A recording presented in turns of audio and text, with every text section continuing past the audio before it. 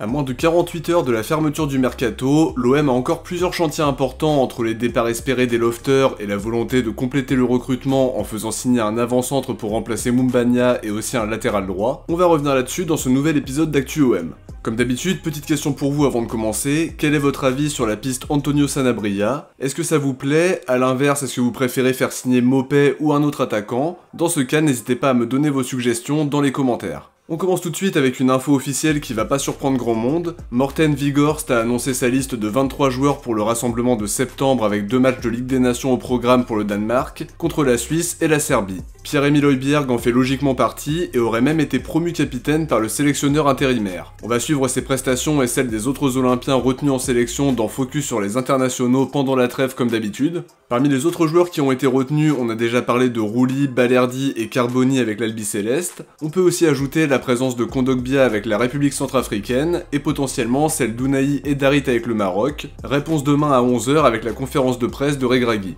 Il y a une info hors mercato qui est sortie il y a quelques jours concernant Greenwood, mais on n'a pas eu l'occasion d'en parler puisqu'il y avait de l'avant-match et le débrief ce week-end. En tout cas, The Sun explique qu'il a fait des démarches pour changer de nationalité sportive et représenter la Jamaïque plutôt que l'Angleterre. Son avenir avec les Three Lions est très incertain depuis son affaire, donc ça peut se comprendre. Ça veut aussi dire qu'il ne prendra pas de place extra-communautaire étant donné que la Jamaïque a un accord avec l'Union Européenne. Ça libère une place qui sera peut-être utile d'ici la fin du mercato si le changement est effectif d'ici là, mais je connais pas du tout les délais, donc à voir. Sur les infos mercato, on a appris que Maxime Lopez allait signer au Paris FC, il va être libéré par Sassuolo, donc on va rien récupérer dans l'opération alors qu'il y avait un pourcentage à la revente. Dans le même temps, RMC Sport nous apprend que l'OM était bien intéressé par un retour de Lopez. C'est aussi les échos que j'ai eu en début de mercato. De Zerbi l'a appelé à son arrivée, mais les dirigeants avaient d'autres priorités à son poste, et surtout toute une équipe à construire, donc ça s'est pas fait. Justement, dites-moi dans les commentaires si vous pensez qu'un retour de Maxime Lopez aurait été une bonne chose, sachant qu'il connaît très bien De Zerbi et qu'il connaît parfaitement le club, ou à l'inverse, est-ce que vous pensez que ça aurait été une mauvaise idée?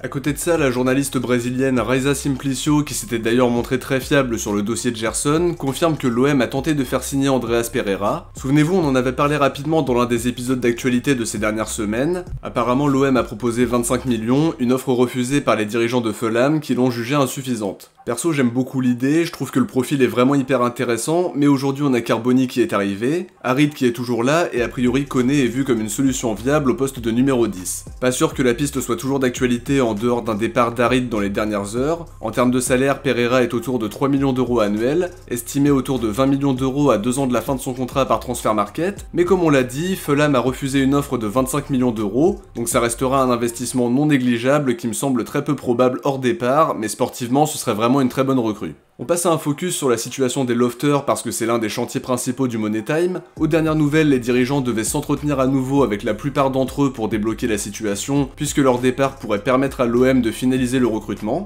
Les dirigeants espèrent une opportunité en Arabie Saoudite pour Chancel Mbemba. Justement, il y a eu un changement notable parce que le mercato saoudien devait fermer début octobre. On a appris que la date de fermeture avait été avancée au 2 septembre, donc ça peut nous arranger niveau timing parce qu'ils n'ont plus que quelques jours pour boucler des arrivées. Foot Mercato parlait d'intérêt d'Al Ittihad et de Bologne qui va jouer la Ligue des Champions. Seulement un transfert à Bologne semble compromis puisqu'il veut rompre son contrat alors que l'OM demanderait 8 millions d'euros d'après les infos du Corriere di Bologna. En plus, ils ont déjà ciblé un plan B qui est bien moins coûteux, Sinali Diomandé qui est dans le loft à Lyon. La Provence nous dit que Chancel Mbemba espère regagner sa place, mais les dirigeants écartent totalement cette possibilité. Ils ne veulent plus jamais le voir sous le maillot de l'OM, quitte à le laisser végéter un an en réserve. Perso, je pense qu'il peut être très précieux sportivement s'il ne part pas d'ici la fermeture du marché, mais visiblement les dirigeants ne sont pas du même avis.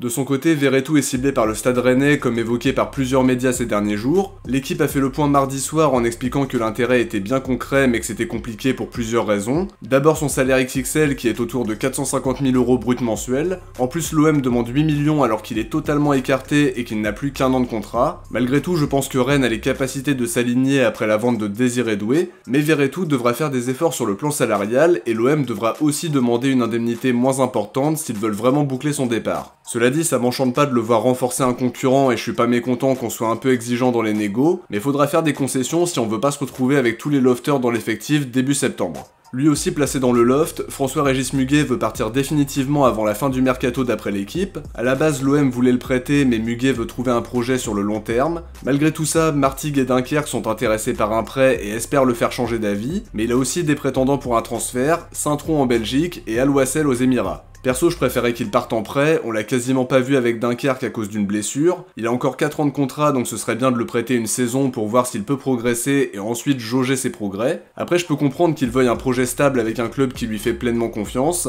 Visiblement, De Zerbi n'est pas fan de son profil pour le moment, et puisqu'on part sur un projet de 3 ans, son avenir pourrait être totalement bouché à Marseille. Ça n'empêche que si on le vend, on va pas récupérer une somme fabuleuse. Il est évalué à 800 000 € par transfert market, peut-être que les dirigeants opteront pour la même opération que Targaline, c'est-à-dire un transfert gratuit avec un pourcentage à la revente pour faciliter son départ, mais à 4 ans de la fin de son contrat, ce serait quand même bien de récupérer une indemnité. Sur le dossier de l'attaquant, Neal Maupay est toujours la priorité des dirigeants d'après les infos de la Provence, mais les discussions avec Everton sont compliquées puisqu'ils veulent un transfert dès cet été, alors que l'OM pensait plutôt à un prêt avec option d'achat, mais le souci c'est que Maupay n'a plus qu'1 an de contrat à Everton, et dans ce contexte il n'y a qu'une solution, le prolonger d'une saison pour le prêter avec option d'achat obligatoire dans la foulée. Seulement la position de l'OM aurait un peu évolué, les dirigeants sont conscients qu'une saison avec un seul avant-centre dans l'effectif c'est vraiment pas tenable, et ils seraient prêts à faire un pas vers Everton pour faciliter l'opération d'après la Provence. En tout cas, le temps presse à un peu moins de 48 heures de la fermeture du mercato. La bonne nouvelle, c'est que Maupay est déjà d'accord avec l'OM selon Foot Mercato, donc affaire à suivre. Il y a une autre piste qui a été évoquée aujourd'hui par Foot Mercato, celle qui mène à Antonio Sanabria. L'attaquant paraguayen du Torino serait ciblé par l'OM probablement dans le cas où la piste Maupay n'aboutissait pas. À 28 ans et à 2 ans de la fin de son contrat, Transfer Market l'évalue à 7 millions d'euros avec un salaire qui avoisinerait les 3 millions d'euros annuels. C'est une piste quand même plus abordable que Maupay avec peut-être la possibilité de faire un prêt avec option d'achat. Sur le profil, on n'est pas sur un goléador parce qu'il marque rarement plus de 10 buts par saison. En revanche, c'est un attaquant qui pèse sur les défenses, qui est altruiste en combinant bien avec ses coéquipiers, en étant capable de marquer comme d'être à la dernière passe, et clairement il peut apporter un profil différent à De Zerbi. On n'attend pas la même chose d'une doublure que d'un titulaire en puissance, donc ça peut être une piste à creuser, mais visiblement c'est pas le plan A. L'équipe a aussi expliqué que l'OM s'était penché sur le profil de Mostafa Mohamed pour voir si le transfert était faisable, seulement de l'autre côté, la Minute OM explique que la piste Mostafa Mohamed n'a pas été explorée du tout par l'OM, donc à voir qui dit vrai. Patrick Berger parle d'une nouvelle piste dans le sens des arrivées. L'OM ferait partie des prétendants pour Soumaïla Koulibaly, le défenseur central de 20 ans qui a encore 2 ans de contrat à Dortmund et qui sort d'un prêt concluant à Anvers la saison dernière. Titulaire 30 fois en jouant la Ligue des Champions même si sa fin de saison a été tronquée par une blessure. Il est maintenant estimé à 6 millions par transfert market. C'est un grand espoir qui viendrait probablement en cas de départ de Meite pour avoir 4 défenseurs centraux. On n'est pas les seuls sur le coup, il y a aussi le Betis et le Torino, mais à voir ce qu'il va se passer. En tout cas, c'est vraiment un bon joueur et l'idée est vraiment intéressante.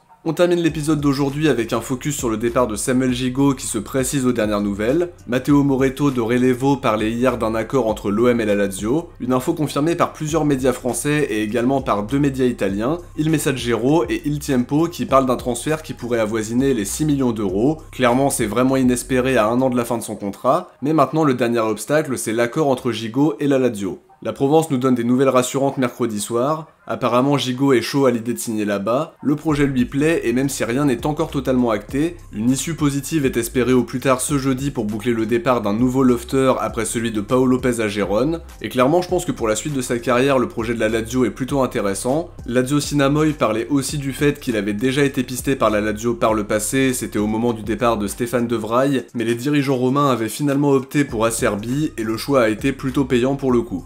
De mon côté, j'arrive à la fin de l'épisode d'aujourd'hui, j'espère que ça vous a plu, et si c'est le cas, n'oubliez pas de laisser un like avant de partir pour soutenir la chaîne et lui permettre d'être mieux référencé. Je vous invite aussi à vous abonner en activant la cloche pour ne rien louper du Money Time de ce mercato qui s'annonce vraiment excitant. Si vous avez regardé la vidéo jusqu'au bout, écrivez Gigot dans les commentaires. De mon côté, je vous dis rendez-vous très bientôt pour de nouveaux épisodes d'Actu OM et peut-être aussi pour la présentation des recrues si on parvient à boucler tous les joueurs qu'il nous manquent. Ciao, portez-vous bien et surtout allez l'OM.